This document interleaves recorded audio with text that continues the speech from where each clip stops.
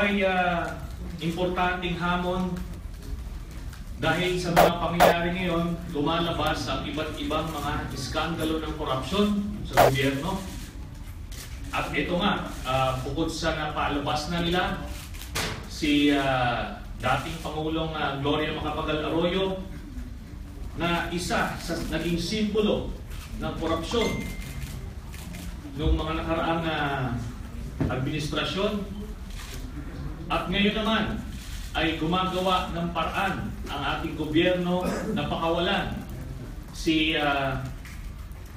Janet Napoles. So, importante ito, alang-alang na dun sa mga diehard supporters ni President Duterte na paniwalang-paniwala na siya ay malinis at hindi siya corrupt. Ipakita mo at i-accept mo itong hamon.